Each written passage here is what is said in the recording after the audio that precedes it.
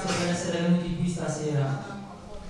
Aspettavamo il sindaco, non è ancora arrivato, quindi iniziamo la giornata per non fare troppo tardi.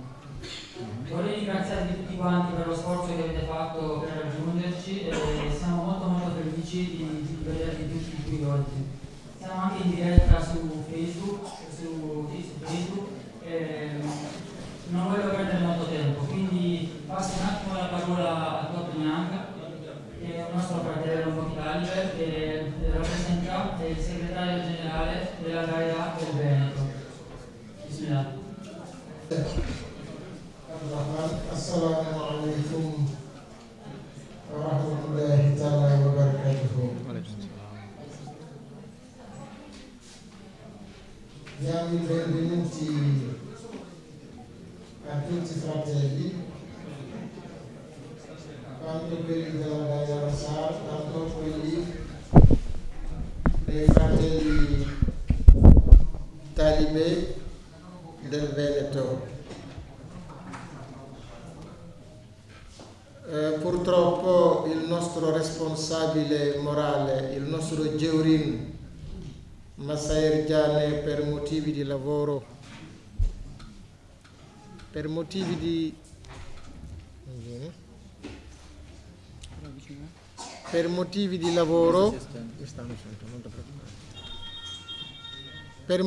lavoro purtroppo è in ritardo.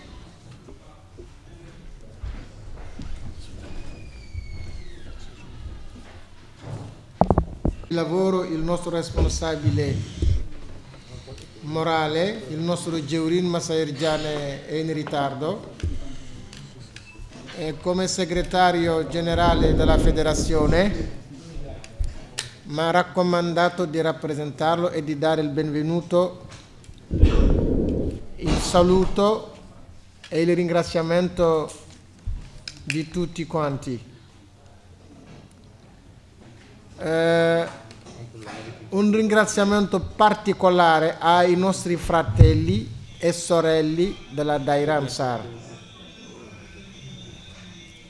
Voi sapete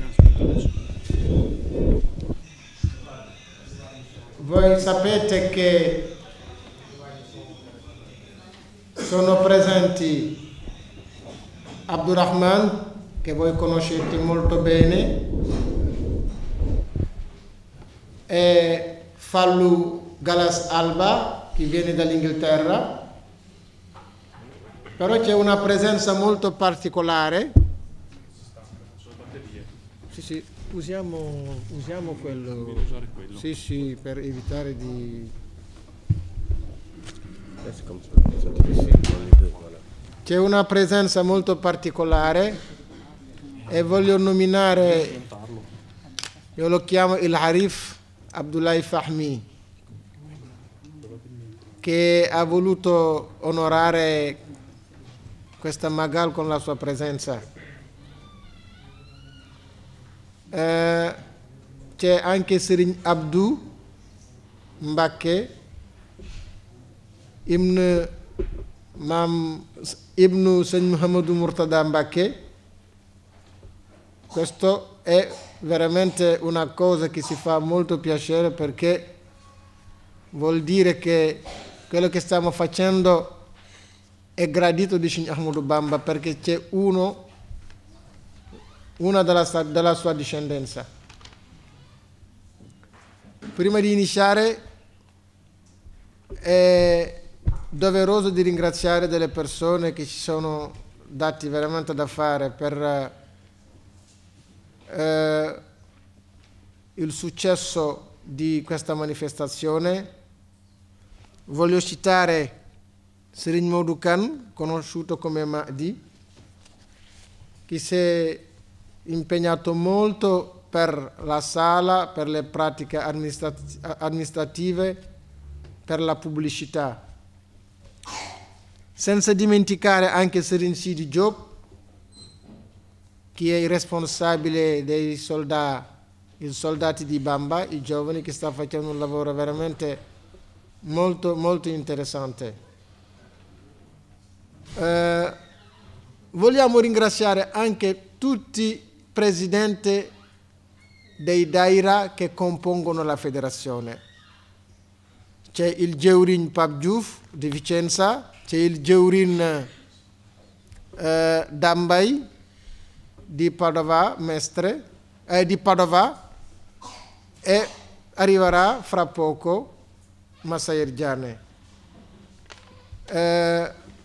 Quindi Padova si rallegra veramente di accogliere la Daira Ansar per questa manifestazione e speriamo veramente dopo questa celebrazione insieme con la federazione, perché è uno dei nostri programmi, come fare purché il messaggio di Signor Ahmadou Bamba si diffonda in Italia, con un programma di tradurre le qasaid, di organizzare delle conferenze, delle manifestazioni culturali, e il direttivo eletto 3 mesi fa ha questo programma. Quindi vi ringraziamo e speriamo bene nel futuro di poter condividere dei progetti con questa Daira Ansar. Grazie. George Serin Topnian. Adesso ho l'onore di presentarvi un personaggio che voi già conoscete tutti, magari gli italiani non hanno ancora avuto la fortuna di conoscerlo molto bene. Serin Abdou è un figlio di Serin Murtada. Noi lo ringraziamo di cuore per essere venuto qui e per l'impegno che ci ha dato e che ci ha messo. Serin Abdou ha studiato all'età di 12 anni, aveva già memorizzato il Corano a Giurbel. Dopo ha studiato in Mauritania scienze islamiche e fiqh e ha continuato i suoi studi in Marocco presso la facoltà di lettere in lingua inglese. È esperto in filosofia islamica, è una persona con un carisma incredibile e una sensibilità molto molto elevata. Cedo la parola a Serin Abdou Bakr. Bismillah. People used to go to them to seek prayers and salvation when they underwent any hardship from the kings or from the French colonial power. Having occupied a high social status, some marabouts were exploiting Islam for their own personal interest. Some used to recite the Quran in public to get attention and get married. For some parents didn't intend to marry others who didn't have that Islamic training. Therefore, some were fighting tooth and nail to occupy the rank, which distort the spirit of Islam. Quindi adesso lo Sheikh ci spiega appunto il rinnovamento che Sheikh Ahmadou Bamba ha portato negli Islam. E lo Sheikh quindi ci descrive qual è la condizione che Sheikh Ahmadou Bamba trovò nel paese, in Senegal, in quell'epoca. E si narra appunto che la condizione sociale, il sistema di potere, la struttura di potere in Senegal era divisa in diversi appunto regni. Vi erano dei re che avevano autorità e potere nelle diverse regioni del Baol, Kajor, Saloum, Walo, e appunto il Senegal era una nazione che conosceva l'Islam da diversi secoli e quindi vi erano ancora dei leader spirituali o degli imam che avevano ancora molta influenza in Senegal, però il problema è che utilizzavano l'Islam solamente per interessi personali, quindi solamente quando qualcuno aveva dei problemi li andavano a trovare, gli rendevano visita affinché potessero ricevere delle preghiere per risolvere alcuni problemi personali, oppure alcuni appunto di tali imam utilizzavano il Corano o la recitazione del Corano solamente per ottenere dei vantaggi. Quindi per esempio recitavano il Corano solamente per attrarre l'attenzione o per trovare delle donne da sposare. e quindi erano in grado di fare tutto ciò che era possibile affinché potessero trarre degli interessi personali dal ruolo che l'Islam gli aveva conferito, e ciò distorce lo spirito stesso della religione e della spiritualità. Sheikh Baba was born in this distorted image era of Islam to save his community and liberate them from the fetters and the kings, the French and Satan. His tajdeed was centered on the main elements as follows. As we stated above, in order for a system to be universal, it must be flexible enough to fit every time and space. A murid, based on the teachings of Sayyid Tuba, is required to achieve Iman through Tawheed, Islam through Sharia, Fiqh and Ihsan through Tasawwuf. To break this down and be more detailed, achieving Iman can be defined by believing in Allah, His angels, the prophets, we mean here all prophets sent by Allah, the revealed books, Al-Kitab, Al-Kutub Al-Samawiyya, the day of judgment, and finally the divine, Al-Qada wal-Qadar. For to achieve Islam is through or by sticking to the orders and interdictions of Sharia. Besides, to achieve Ihsan is to purify one's heart and living all life for the sake of Allah. Quindi, per come abbiamo detto precedentemente, un sistema quindi lo Sheikh dice che Sheikh Ahmad Bamba nacque in questa epoca in cui il messaggio dell'Islam era molto distorto, e il Sheikh Ahmad Bamba, la sua intenzione era quello di salvare la sua comunità, salvare gli esseri umani e liberarli dal potere del reale, quindi dal potere temporale del re, liberarli dal potere dei colonizzatori e liberarli anche dalle grinfie di Satana, del diavolo. E quindi il suo rinnovamento era basato su questi elementi. Sayyid Tuba venne per salvare l'umanità e appunto, come lo Sheikh ha detto precedentemente, un sistema, affinché possa essere considerato universale, deve essere flessibile sia nel tempo che nello spazio. E quindi un murid, un discepolo di Sheikh Ahmad Bamba, seguendo appunto i suoi insegnamenti, gli è richiesto di raggiungere, di avere una fede basata sul Tawhid, quindi sulla scienza dell'unicità divina, poi di vivere l'Islam secondo la legge islamica, e poi di raggiungere anche l'Ihsan, il perfezionamento spirituale attraverso il Tasawwuf, che è la scienza che ci spiega appunto come purificare il cuore. E appunto poi lo Sheikh ci spiega che l'Iman o la fede si definisce come credere in Dio, credere negli angeli, credere in tutti i profeti che Allah subhanahu wa ta'ala ha inviato, credere nei libri rivelati, nel giorno del giudizio e anche poi nel decreto divino e nella predestinazione. E l'Islam, questo quello livello per diventare un musulmano, bisogna rispettare gli ordini divini e bisogna evitare tutto ciò che Allah ha reso, che Allah ha interdetto, che ha reso proibito. E invece poi, per raggiungere un livello di perfezionamento, dobbiamo purificarci il cuore, quindi lì vivere ogni momento della nostra vita solamente per amore verso Dio. One of the universal concepts that were known by Islam and renewed by Sayyid Tuba can be brought from the table to debate, such as law, adab, work, al-amal, science, al-ilm, and khidmah. First of all, for Sayyid Tuba, a murid should love his Lord, his Allah, and the Prophet Muhammad, and his community, and the love should extend to all humanity and the creations of Allah, with no exception.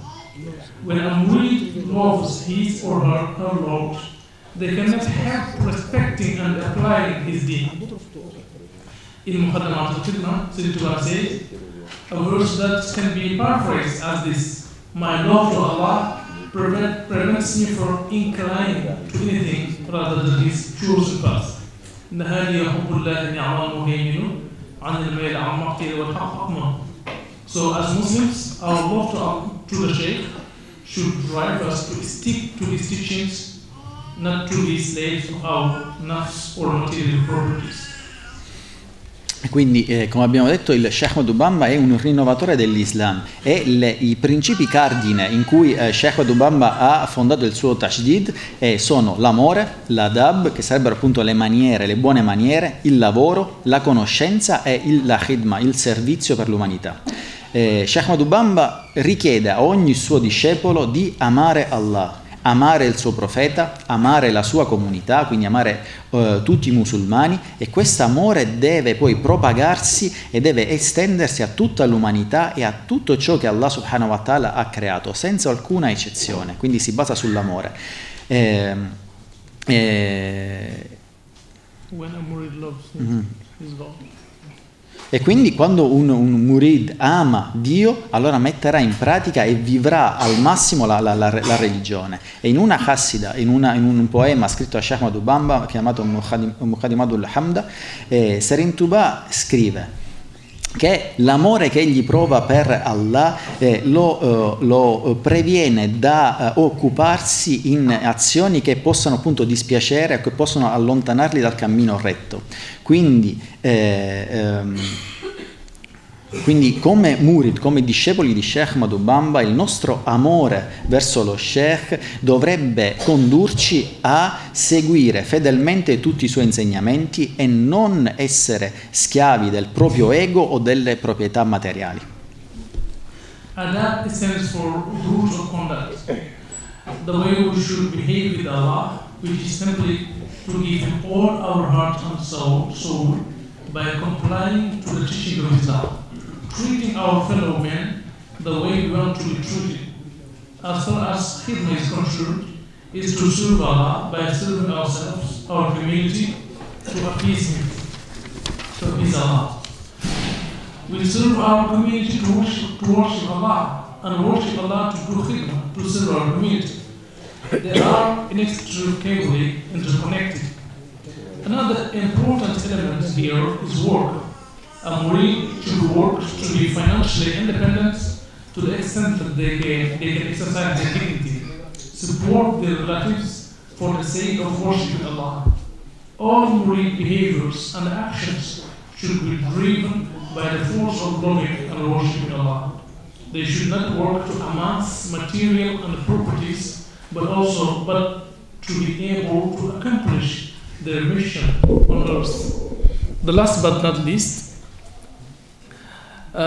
al-ilm, which is science, it should be put forward, as the Sheikh said, "O murids, if you don't want to fall into the traps, you should prioritize knowledge before actions." Quindi, come abbiamo visto, la prima caratteristica della muridia è l'amore, la seconda che lo Sheikh affronta è l'adab, e l'adab riguarda tutte le regole di condotta. Quindi l'adab riguarda al modo in cui dobbiamo comportarci, in cui dobbiamo appunto stabilire la nostra connessione con Allah, e quindi un vero e proprio adab, il massimo livello di adab è quello di appunto affidare il proprio cuore, la propria anima ad Allah e seguire al massimo gli insegnamenti dell'Islam e di relazionarsi agli esseri umani nello stesso modo in cui vogliamo che essi si relazionano a noi. Per quanto riguarda appunto il terzo concetto, che è la khidma, il servizio, la khidma significa appunto servire Allah subhanahu wa ta'ala, e servire anche vivere, rispettare se stessi, servire la comunità e cercare appunto di compiacere Allah in ogni azione che realizziamo. Infatti il principio della khidma, del servizio, appunto servire la comunità è in realtà l'adorazione di Allah subhanahu wa ta'ala. E un altro elemento importante del lavoro, del servizio, è che ogni murid dovrebbe appunto dedicarsi a un lavoro ed essere indipendente dal punto di vista finanziario, affinché possa vivere con dignità e possa anche aiutare la propria famiglia, appunto i propri parenti prossimi, per appunto adorare anche Allah in questo modo. e ogni azione che il murid compie deve essere appunto mossa, ogni azione deve essere appunto mossa da questo amore che nutriamo per Dio e per adorare Allah in ogni azione che compiamo. E non dovremmo invece lavorare solamente per avere dei beni materiali e per possedere oppure accumulare dei beni materiali, ma solamente dobbiamo lavorare affinché possiamo realizzare al massimo della nostra possibilità la nostra missione sulla terra. E poi un'altra caratteristica principe del muridismo è la conoscenza, ilm. E lo Sheikh ha detto che la conoscenza deve essere una priorità per tutti i murid. Infatti lo Sheikh Madhubamba dice: o murid, se non volete cadere nelle trappole di Satana, dovete appunto considerare la conoscenza come vostra priorità prima di realizzare delle azioni. So since we are running out of time, I'm going to jump to some more important elements. I'm going to talk about the non-violence in the theory of Serigne Touba. When Serigne Touba was accused by the French colonial power of waging jihad against them, though the Sheikh made it clear that he was not interested in power or any material property related to this world by saying, "Your accusation of my jihad is totally correct, but my jihad is absolutely distinct and different from what you perceive. My jihad is based on science and piety, but unfortunately or fortunately, they decide to exile him for 7 months and 7 days." Quindi adesso lo Sheikh ci parlerà del concetto della non violenza nella teoria di Sheikh Madhubamba. Sheikh Madhubamba Serigne Touba fu accusato dal potere coloniale, dai francesi, di appunto voler organizzare una lotta armata contro di loro. Ma lo Sheikh aveva detto chiaramente che il suo interesse non era il potere, il suo interesse non era la proprietà della proprietà materiale di questa vita, ma la loro accusa di voler appunto organizzare un jihad contro di loro è assolutamente corretta. Ma il modo in cui io voglio realizzare questa jihad, disse, è completamente diversa da ciò che voi pensate. Infatti il mio jihad, la mia lotta è solamente basata sulla devozione in Allah subhanahu wa ta'ala e nella conoscenza. Quindi non era interessato a organizzare una guerra armata, ma solamente quello di introdurre un movimento che possa cambiare la società basandosi sull'adorazione di Allah e sulla conoscenza. E comunque i francesi decisero di esiliarlo durante 7 anni e 7 giorni. His mercy towards the enemies of faith and Islam. Though he was imposed tough hardships and conditions during the exile and separated by his families, disciples and loved ones, Serigne Touba forgave all. He said, "I forgive all my enemies for the sake of Allah who put them in my journey towards them. عفوت عن الأعداء طرا لوجه من نفاهم لغير سرمد لست أدفع." He didn't consider the hardships he went a curse but a blessing bestowed by his Lord for him, to enable him to belong to the companions of the Prophet Muhammad, whom are considered to be the best of this ummah. Quindi il Serigne Touba, come abbiamo detto, fu esiliato nella foresta del Gabon durante 7 anni e 7 giorni, e durante questo esilio subì delle persecuzioni e delle difficoltà, delle condizioni inimmaginabili durante tutto questo periodo dell'esilio. Infatti fu separato anche dalla sua famiglia, dai suoi discepoli, da tutti coloro che Serigne Touba amava. Ma sebbene Serigne Touba avesse affrontato tutte queste difficoltà durante questo lungo periodo di tempo, quando tornò poi in Senegal disse appunto: io perdono tutti i miei nemici per amore verso Allah. E quindi Serigne Touba non considerò tutte queste difficoltà come una maledizione o come una punizione di Allah, ma in realtà Serin Tuba considerò queste difficoltà che dovette affrontare come una benedizione immensa che Allah gli concesse per appunto innalzarlo e renderlo il servitore privilegiato del profeta Muhammad sallallahu alaihi wasallam, che è il migliore dell'intera umanità. To conclude and wrap up my humble speech, I would say Muridia, which is a renewal of Islam, which is a true Islam in its meaning, in its true meaning. Muridia is a universal message that can fit every time and space. That's why we see Murids, whenever they try to live as they were in Tuba, practicing the religion and tolerate the other, show them respect and even help them if they can. Work for the community, participate in the development of any community. They operate for the sake of love Allah and Serin Tuba. Thank you for your attention.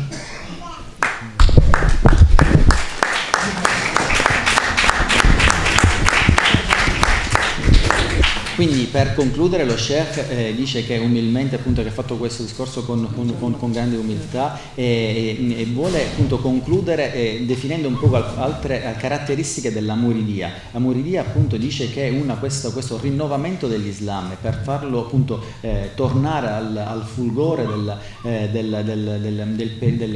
suoi insegnamenti nel periodo massimo, appunto quello del profeta Muhammad sallallahu alaihi wasallam, ed è un messaggio universale che può essere vissuto in ogni epoca e anche in ogni luogo. Infatti diciamo, la prova di ciò è che ogni discepolo di Serin Tuba vive in ogni nazione, in ogni città, come se fosse in Tuba. Tuba è la città sacra dei Murid, e vivono praticando la loro religione e mostrando una tolleranza massima di tutti i cittadini, tutte le persone che vivono in quel luogo. Quindi mostrano rispetto e li aiutano quando possono, quindi lavorano per il bene della comunità in cui sono integrati, e vivono anche e lavorano e partecipano allo sviluppo di tale comunità per appunto amore verso Allah, per adorare Allah e per l'amore che provano per Sheikh Modibomba Khadim Rasul, e lo Sheikh vi ringrazia per la vostra attenzione.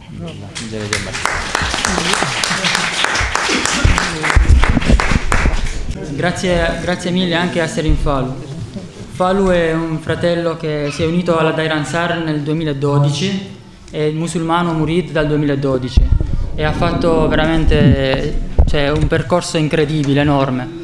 Da quando lo conosco l'ho sempre visto studiare l'Islam, frequentare corsi presso degli sheikh, non solo Murid ma di tutto il mondo. È una persona con una cultura incredibile e ha una laurea, si è laureato in economia in ambiente e salute, ha una laurea specialistica in economia ambientale e sostenibilità dello sviluppo, con un master in cambiamenti climatici e sviluppo. Parla italiano, parla siciliano, parla spagnolo, inglese e francese perfettamente. È uno studioso dell'Islam ed è un praticante fenomenale. Grazie Falu, George Falu. Vorrei anche ringraziare di cuore Baghen Bai, Beg Falu e tutti quelli. Bismillahirrahmanirrahim. Wassalatu wassalamu ala Sayyidina Muhammadin wa ala alihi wa sahbihi ajma'in.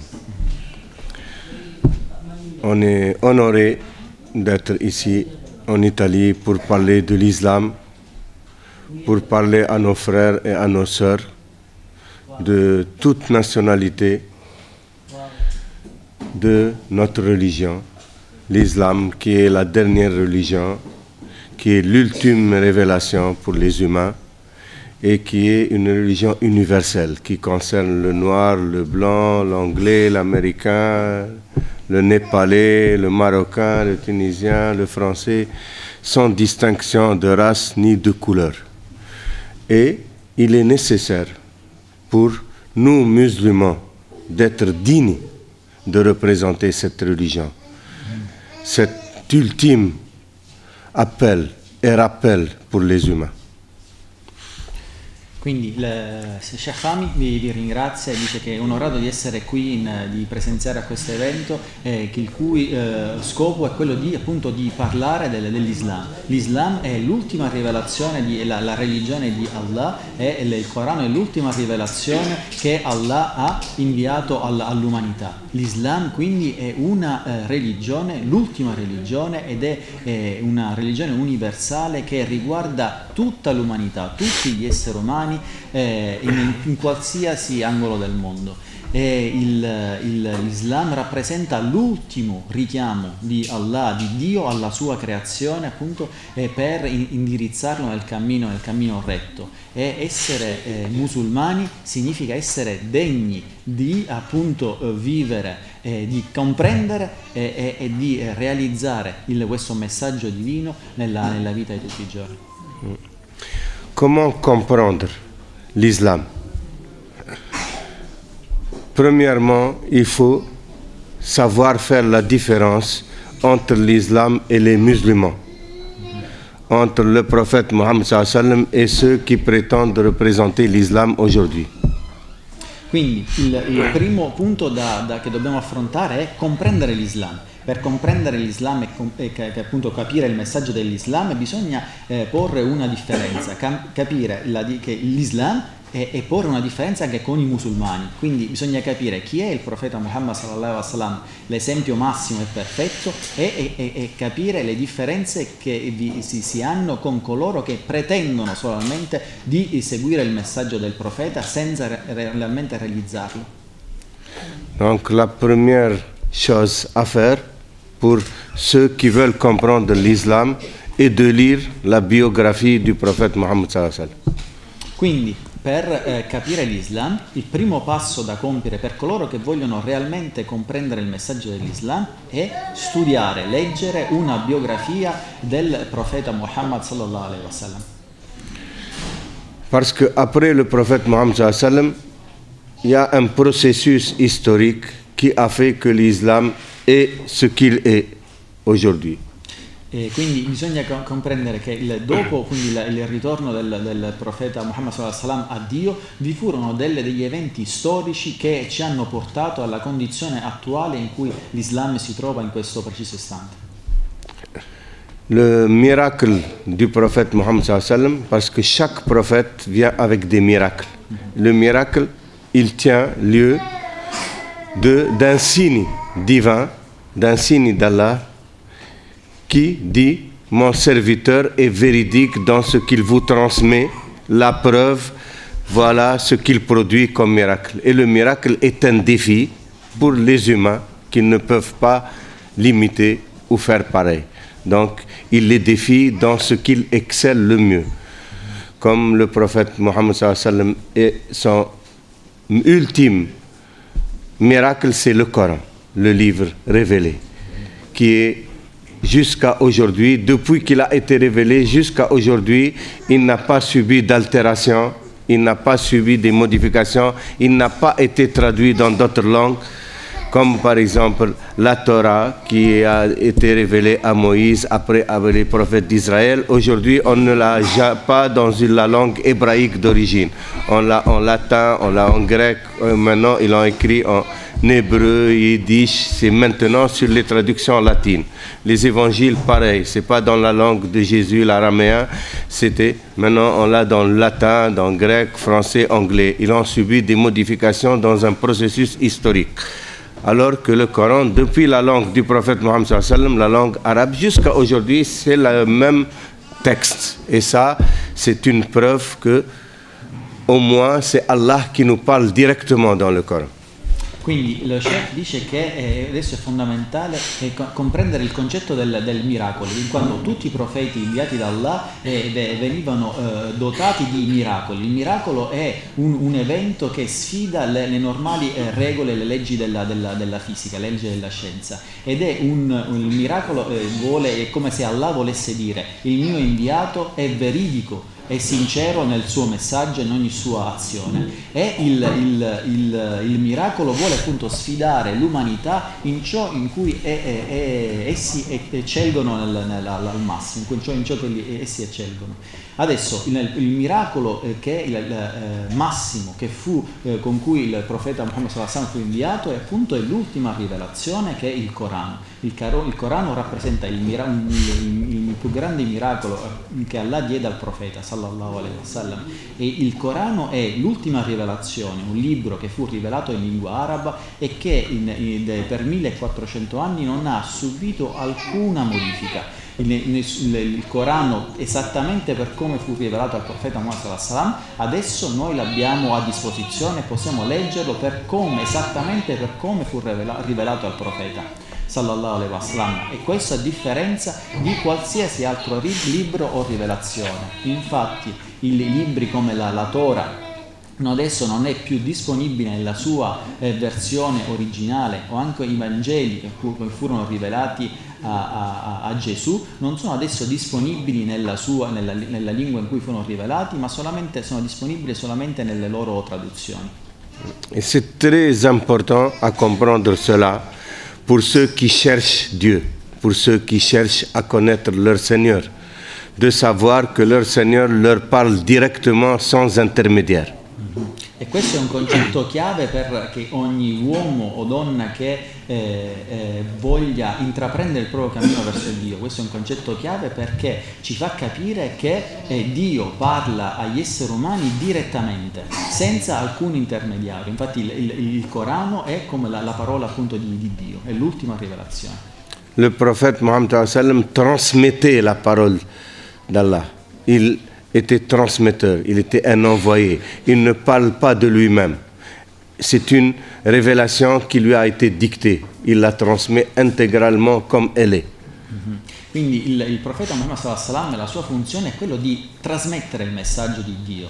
Lui ha trasmesso quindi il messaggio esattamente per come lo ha rivelato, e il profeta sallallahu alaihi wasallam non ha mai parlato mosso dalle propri desideri o da ciò che egli pensava, ma era continuamente ispirato da Dio. Et il était l'ultime prophète. Il disait que tous les prophètes sont des frères, d'un seul père et de mères différentes. Donc chacun est venu parler avec son peuple dans la langue de son peuple. Et il apportait le même message. Et lui, il est venu en dernier pour confirmer tous les messages des prophètes avant lui et pour clore le cycle de la prophétie. Et pour annoncer que la fin des temps est proche et que Jésus, Sayyidna Isa, Jésus-Christ, va revenir, et c'est lui qui va affronter le Dajjal à la fin des temps, et c'est lui qui va tuer le Dajjal que les Christ appellent l'Antéchrist. Donc les musulmans croient en Jésus autant que les chrétiens croient en Jésus. Et ça, ils devraient toujours se le rappeler. Et le prophète Mohammed sallallahu alayhi wa sallam, il dit: La tashqa ummatun ana awwaluha wa Isa ibn Maryam akhiruha. Une communauté dont je suis le commencement et Jésus, fils de Marie, est la fin, ne sera jamais chagrinée, ne sera jamais dans l'erreur. Donc les musulmans et les chrétiens, qu'ils le veuillent ou non, ont un destin en commun. Et malheureusement, il n'y en a pas beaucoup qui accentuent et qui mettent en évidence ces réalités, qui sont inscrites dans nos textes. Le prophète Mohammed sallallahu alayhi wa sallam, on en parle beaucoup, et à chaque vendredi, il rappelait la venue imminente du Dajjal, l'Antéchrist. Quindi il profeta Muhammad sallallahu alaihi wasallam è l'ultimo dei messaggeri, ma il profeta sallallahu alaihi wasallam è stato inviato come ultimo messaggero, e il profeta sallallahu alaihi wasallam diceva che appunto lui confermava il messaggio che tutti gli altri profeti avevano trasmesso, e che tutti i profeti inviati da Dio in realtà sono tutti fratelli e che hanno lo stesso padre ma delle madri differenti. Quindi il ruolo di Sayyidina Muhammad sallallahu alaihi wasallam, del profeta, era quello di chiudere la profezia, chiudere il ciclo profetico e preparare l'umanità alla fine dei tempi, per ricordargli che la fine dei tempi è vicina e che dovevano prepararsi, e che il messaggio era stato ormai con Sayyidina Muhammad sallallahu alaihi wasallam perfezionato e raggiunto il suo massimo apice. E il Sheikh Fahmy ci ricorda come appunto il Sayyidina Muhammad sallallahu alaihi wasallam avesse anche ricordato che alla fine dei tempi sarebbe anche ritornato Gesù Cristo.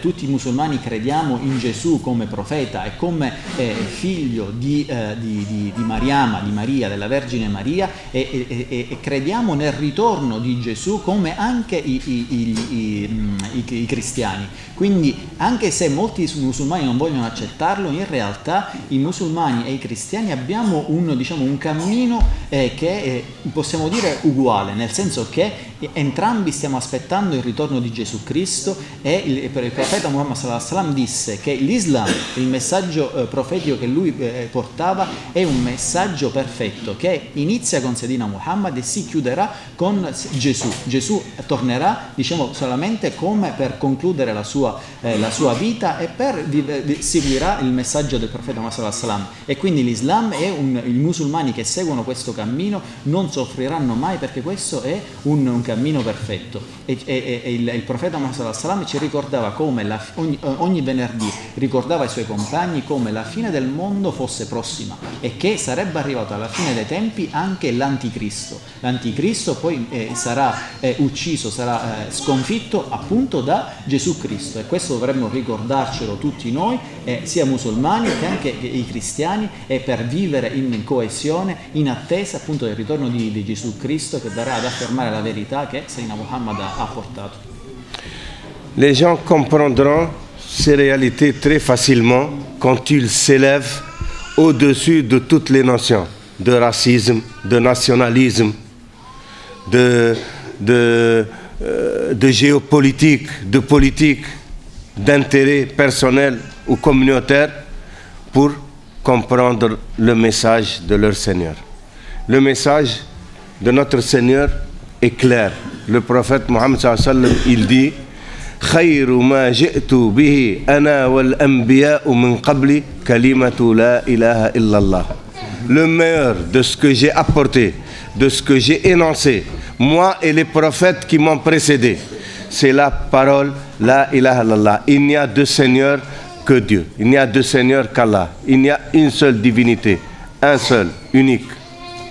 Qu'on l'appelle Dieu en français, ou Dio en italien, ou God en anglais, ou Allah en arabe, c'est le même auquel on s'adresse. Il y a un seul Dieu. Sheikh Fahmy quindi ci ricorda che ci informa che chiunque voglia realmente comprendere il messaggio dell'Islam riuscirà a raggiungere a tale realtà solamente se si spoglia la propria concezione, la propria psicologia da ogni forma di razzismo, ogni forma di nazionalismo o da appunto interessi personali o geopolitici. Quindi chiunque si liberi da tutto ciò riuscirà ad arrivare all'obiettivo e alla conoscenza massima e suprema. Ci ricorda che il profeta Muhammad sallallahu alaihi wasallam disse che le migliori parole che furono apportate da ogni profeta è La ilaha illallah. Quindi non vi è alcun Dio degno di essere adorato se non Dio l'unico, Allah. Quindi sebbene in arabo si dica Allah, o in italiano Dio, o in inglese God, comunque stiamo parlando di questa unica essenza, di unica realtà che è Dio l'unico, Allah subhanahu wa ta'ala. C'est ce que les musulmans appellent le tawhid, la science de l'unicité divine, tawhid.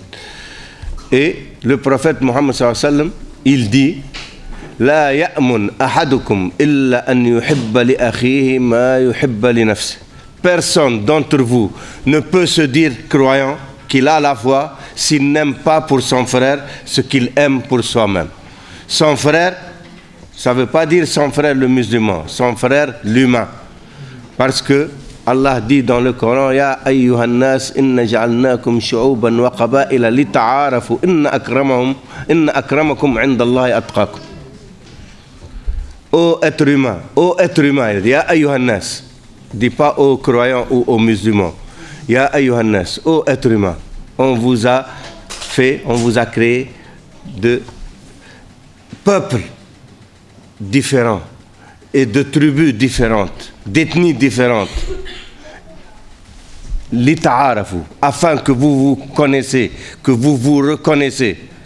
Et les meilleurs d'entre vous sont les plus pieux, sont ceux qui se rapprochent le plus d'Allah, de Dieu, ceux qui se craignent plus Dieu. Et cela veut dire que pourquoi Allah appelle ô humains, ya ayyuhan nas? Parce que tous ils viennent d'une seule source. C'est quoi l'être humain? Allah a pris de l'argile, de la terre. Il l'a façonné, il l'a harmonisé en forme humaine. Et il a soufflé dedans de son esprit. وَإِذَا نَفَخْتُ فِيهِ وَإِذَا سَوَيْتُ وَنَفَخْتُ فِيهِ قَعُوا لَهُ سَاجِدِينَ. Il a dit aux anges de se prosterner pour cette tas d'argile, cette forme d'argile dans laquelle Allah a soufflé, il a mis son souffle. C'est ça qui fait l'être humain, c'est le souffle divin. Allah a mis dans l'être humain des attributs, les attributs essentiels d'Allah. Sifat, nafsiyya. العلم القدرة الإرادة الحياة السمع البصر الكلام l'omniscience, la volition, la vie, la parole, l'ouïe, la vue. Ce sont les attributs qu'il y a dans l'être humain. L'être humain, il voit, il entend, il parle, il a la volition, il veut, il a du vouloir. C'est pour ça qu'il crée même des armes destructrices, des avions qui volent, des voitures. Il a de la volonté, il fait. Et il n'a pas l'omnipotence, mais il a la potence. Il n'a pas la toute-puissance, mais il a la puissance. Il peut créer, détruire, faire les guerres. Et il a la vie en lui. Et il donne la vie, il procrée, il fait des enfants. Donc, les attributs divins, ils sont dans l'être humain. Donc, l'être humain doit savoir ce qu'il est. Allah l'a créé comme représentant, lieutenant d'Allah. Inni ja'ilun fil ardi khalifa. Je vais créer sur terre. Donc l'être humain, il doit savoir quelle est sa réalité. C'est tout le secret maintenant de la réalisation spirituelle. Et on va venir au mouridisme, mouridullah, celui qui veut Allah. Qu'est-ce que ça veut dire? Quindi, come abbiamo detto, tutti i profeti hanno portato questo concetto di la ilaha illallah, che non esiste alcun Dio degno di essere adorato se non questo Allah, l'unico. E nell'Islam chiamiamo ciò Tawhid, quindi credere nell'unicità divina. Ma il essere credenti cosa significa? Il profeta ci disse, sallallahu alaihi wasallam, che un credente è colui che ama e desidera per i suoi fratelli e le sue sorelle ciò che desidera per se stesso. E Sheikh Fahmy ci spiega che quando il profeta dice appunto, indica, pronuncia la parola fratello, non riguarda ciò solamente la sua comunità, quindi i musulmani, amare ciò che amare per se stesso, amare per i musulmani ciò che ama per se stesso, ma si sta riferendo all'intera umanità. Dobbiamo desiderare e amare l'intera umanità, tutto ciò che è stato creato da Allah, e ci riporta gli stessi ayat che aveva prima recitato Sheikh Abdu, quindi che Allah ha creato, dice: o umanità, vi ho creato da una singola coppia di un uomo e di una donna, e poi vi abbiamo separato in tribù e in nazioni affinché voi possiate conoscervi. Ed è questo appunto lo scopo che abbiamo sulla terra. E poi Allah dice che il migliore tra voi è il più puro, il più sincero, e quindi colui che è più puro è colui che è più vicino a Dio. E adesso Sheikh Fahmy poi ci introduce un concetto fondamentale. Dobbiamo capire chi è l'essere umano. Il primo essere umano creato da Dio è appunto Sayyidina Adam alayhi salam, Adamo, che fu creato dall'argilla, e dopo Allah soffiò il proprio soffio divino in Adamo, ed è questo soffio divino che ci rende umani, è ciò che ci dà realmente la vita. E ciò è un concetto fondamentale, perché se comprendiamo tale concetto capiamo chi è l'essere umano. E in questo soffio divino Allah ha instillato nell'essere umano delle qualità e degli attributi che sono in realtà divini. come quindi la vista, l'udito, la volizione, quindi la volontà, la conoscenza, il potere e la vita. Quindi sono degli attributi divini che ogni essere umano detiene. E una volta che capiamo che in realtà ciò che ci rende esseri umani, ciò ci permette di entrare in un'altra dimensione, in un'altra comprensione della realtà. Infatti in ognuno di noi risiede questo soffio divino ed è ciò che ci rende umani e non questa forma con cui ci rappresentiamo in questa realtà. Allah nous rappelle dans le Coran: Ya ayyuhan nas inna khalaqnakum min nafsin wahidatin wa khalaqna minha zawjaha. Ô être humain, on vous a créé d'une seule âme, nafs wahid, Adam, Sayyidina Adam. Et on a créé son épouse, Adam et Hawa. Donc tous on descend d'Adam et de Hawa, tous on est des fils d'Adam et d'Ève. Donc on est frères qu'on le veuille ou non. Tous on a une même origine, un souffle divin et la forme de Adam et de Hawa. Donc maintenant, ou qu'on soit conscient ou qu'on ne soit pas conscient. Être conscient de cela implique aimer pour son frère ce qu'on aime pour soi-même, comme nous a appris le prophète Mohammed sallallahu alayhi wa sallam. Personne d'entre vous ne peut se dire croyant qui a la foi s'il n'aime pas pour son frère ce qu'il aime pour lui-même. Quindi il Sheikh Fahmy ci dice che Allah subhanahu wa ta'ala nel Corano ci insegna che siamo stati creati da un'unica anima. Quindi il primo essere umano fu Sayyidina Adam, e da Adam Allah creò Hawa. Quindi i primi due esseri umani che sono l'inizio dell'umanità sono Adamo ed Eva, è da lì che inizia tutta l'umanità.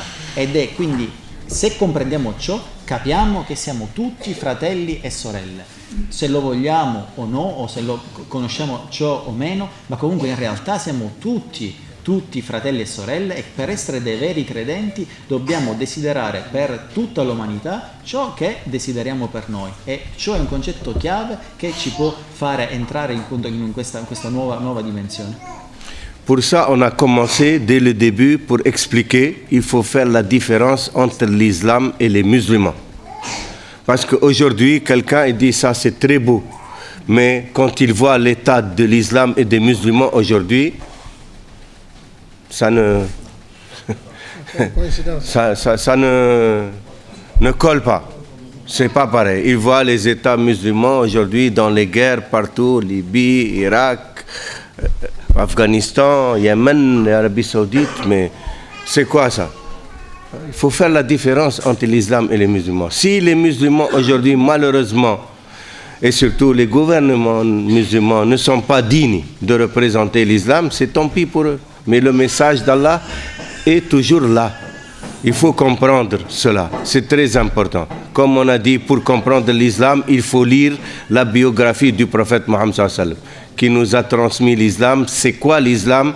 C'est le prophète Mohammed sallallahu alayhi wa sallam qui représente l'islam. Il n'y a aucun autre qui représente l'islam en dehors du prophète Mohammed sallallahu alayhi wa sallam. Celui qui veut apprendre et comprendre l'islam, il doit lire la biographie du prophète Mohammed sallallahu alayhi wa sallam. Et qu'est-ce qu'il nous enseigne, le prophète Mohammed sallallahu alayhi wa sallam?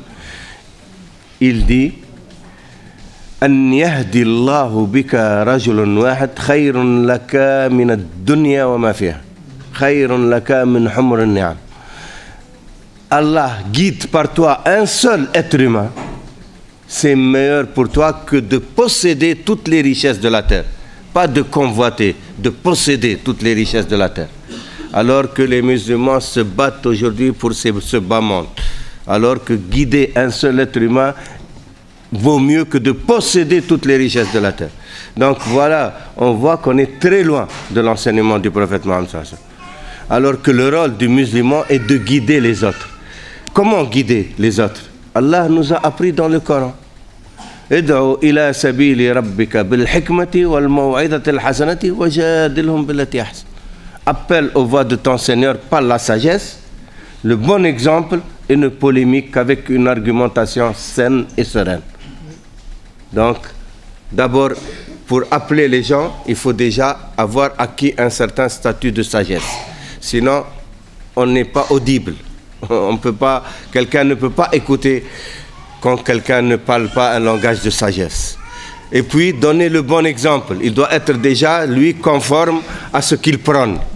Après, s'il entre en argumentation ou en polémique, il faut qu'il ait des arguments sains et sereins pour être convaincant. C'est le minimum pour le musulman s'il veut s'adresser aux autres. Sinon, il vit, lui, son islam, sa spiritualité comme il l'entend, d'après son niveau, il ne se mêle pas des autres. Il laisse les autres tranquilles. Parce que le prophète Mohammed sallallahu alayhi wa sallam nous a tout appris. Il a dit « Al-Muslimu man salima an-nasu min yadihi wa lisanihi » Le musulman, c'est celui dont les gens sont préservés.